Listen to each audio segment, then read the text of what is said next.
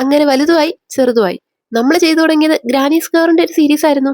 സീരീസിന്റെ first part കാണാത്തവരുണ്ടെങ്കിൽ video ഞാൻ താഴെ റിലേറ്റ് ചെയ്തേക്കാം, ഒന്ന് കണ്ടു നോക്കണേ. ഇന്ന് നമ്മൾ ചെയ്യുന്നത് ഗ്രാനി സ്ക്വയർ തന്നെയാണ്. അത് പിന്നെ ഒരു സീരീസ് ഒക്കെ ആകുമ്പോൾ അതാണല്ലോ അതിന്റെ കീഴ്വഴക്കം. പക്ഷേ ഇന്ന് കുറച്ച് വലിയ ഗ്രാനി സ്ക്വയർ ആണ് ചെയ്യുന്നത്. വലുത് എന്നതിനർത്ഥം സിമ്പിൾ അല്ല എന്നല്ല കേട്ടോ.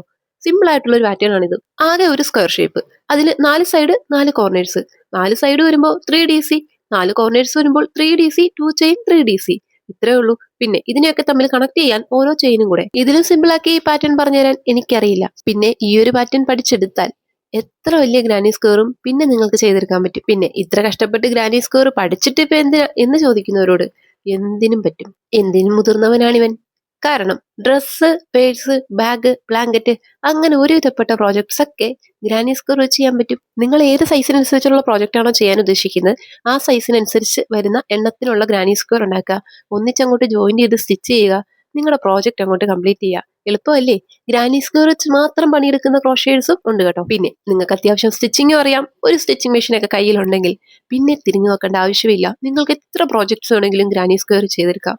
അപ്പോൾ ഏറ്റവും സിമ്പിൾ ആയിട്ടുള്ള വലുതും ചെറുതും നമ്മൾ തീർത്തിട്ടുണ്ട്. ഇനി നമുക്ക് കോംപ്ലിക്കേറ്റഡ് ആയിട്ടുള്ളതിലോട്ട് പോയാലോ? അപ്പോൾ ലൈക്ക്, കമന്റ്, സബ്സ്ക്രിപ്ഷൻ മറക്കണ്ട. ട്രൈ ചെയ്ത് നോക്കണേ. ബൈ.